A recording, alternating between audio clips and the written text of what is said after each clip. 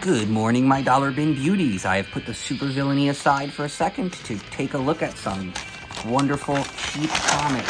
I have recently liberated these from the clutches of Howie at Union Square. He's on the southwest corner, and he's the best comic book dealer in New York City.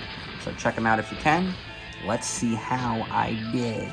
First up, this is some 90s crazy nonsense. This is 90s as hell. The hair doesn't make sense. It's very one-sided.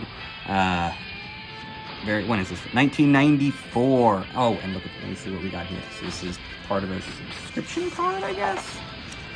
And there we go. Business reply. Just think, it wasn't that long ago that comic books were worth about $1.80, So, $22 for 12 issues. There you go. How nice is that? Now, we have lower print quality, fewer pages, more ads, and that number is now $3.99 or $4.99 in almost every book. So it really doesn't make sense that comics have gone up in price this much. They shouldn't have gone from $22, for 12 issues to having to buy them from some company and buying it from a distributor who gets it from another distributor, and I'm still paying a lot more. We have all these different parts of the supply chain that don't add any value, and at the same time, the cost to produce a comic book has to be lower than it was in the 90s. It's just economies of scale work that way. So the quality's going down while the cost is going down and the price is going up. That's a bad thing for the market. I always love seeing the old subscription pages and the old ad pages. Oh, crap. This is a good one. I love Silver Sable. Don't really know why me and my sister... I don't know why. We kind of liked this. This was one of our weird 90s books that no one ever liked, but for some reason we liked it. I always thought it was very interesting. Her being a generational criminal, but also tied to, Eastern European wealth, and she's a mercenary, and just had all these cool factors, and plus it was like a Spider-Man tie-in, and I was always a big Spider-Man kid. And she rehabbed the Sandman, kind of rehab. I'm not really sure how much of a hero Silver Sable ever became, but I always thought she was a very cool character, and I've started to tell people that she's based on Betsy DeVos, who is like the heir to the same family that Eric Prince is from. And so they're basically a mercenary family. And I'd like to think that, there was a certain timeline where Betsy DeVos gets put in charge and we get a Silver Sable. Oh, and that also means she doesn't destroy schools for, 4 years. So I'd rather her be a mercenary than a head of the Department of Education. Okay, Silver Sable is Betsy DeVos. Just remember that. Okay, what do we got? Batman the Dark Knight. Okay, so this is New 52, or is this post New 52? I should probably look up when the New 52 actually happened, because I completely stopped reading DC Comics when it happened. I'd gotten really into it, and they just wiped out every story I liked, and started up ones I didn't like, so I had to kind of give it up. Okay, so this is 2011. I really don't remember when the New 52 is. There we go. This is David Finch. This is interesting. I don't know. I don't think I know this run. You've pained the heart of my Lady Blaze. Intriguing. I mean, this is just... I can already tell from this comic book that I cannot read this comic book and have any idea what's going on. I mean, they jump right into it here. By page 2, he's ripping apart demons. And I have no idea what the context is. But yeah, this one, I may try to build a run around this and give this a read. Very fun looking. Nothing, but Etrigan is always fun. Etrigan is one of those characters, he's like a Boba Fett of the DC universe. Everyone loves him, they don't use him much, and he's just, you're always glad when he shows up. Okay, what do we got here? Based on this terrible ad, I'm gonna say this is modern.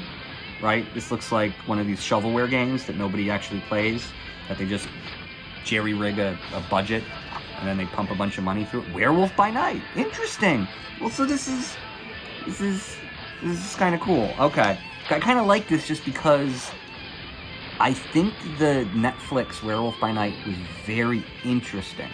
And I think it is probably one of the best like the most well-produced version of Marvel content we've seen in a while, because it was a small, self-contained story that was very stylized, very interesting, and it works for non-Marvel fans. So I definitely don't mind reading a modern Werewolf by Night story. I mean, this is interesting, because this is more like, the government has to fight werewolves, I'm guessing. I don't know, let's see what we got. I mean, I'm starting to think this might not be my run. I don't think that's, I mean, look at this guy. I mean, this isn't even, this is like a brand new comic, right? This is 2021. Yeah, it's 2021, but it's like, this guy thinks it's the 90s, right? This comic feels very, like, it feels like this one. It feels exactly like this garbagey comic. Now, I think it's fun that you can see that there are fewer pages in the new one. You know, this is the same 90s schlocky art, big plot, lots of action, probably not that much meaningful content or character development, but look how many pages, like one of them is definitely thicker than the other, and one of them costs twice as much as the other.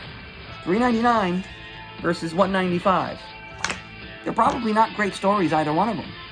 But why the hell does the product go up in price when the cost has to be going down? Marvel has to be spending less per issue than ever. You know, at least in real terms. I understand that if they've, you know, sort of, if all of the suppliers are just nested, really subsidiaries, and you kind of want to jack up the cost to take more money out of the company and pay yourself. So let's see what we got here. Alien Legion. I have no idea what the hell this is. Epic Comics. I don't think I've ever read an Epic comic. Let's, Eye of Ayal. We are being attacked from the sides of this hostile terrain. Okay, it's interesting. Welcome back to my Legion. To the Legion, my comrades. I don't know. This looks kind of basic. Yeah. I'm not. Is Ayala thing?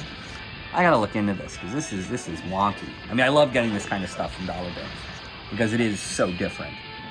But it does sort of seem like an algorithmically generated content. You know, like it just, very generic. I mean, even that line, like, Eye of Ayal, it just seems very by the numbers. But it looks cool. I mean, that's the other thing, is it's almost like no shading. The art is very flat in a lot of ways. Yeah, it's not great. The indie stuff, I mean, people talk about indie comics as if it's a magic wand to not have a Marvel publisher over your head, but you need to have a good idea and not have a Marvel publisher over your head. So, there you go. This is another great pack of fun books. You know, I think this is probably the worst one. This is definitely my favorite. And, yeah, I'll see you guys tomorrow, my dollar bin beauties. Good night, and good flight.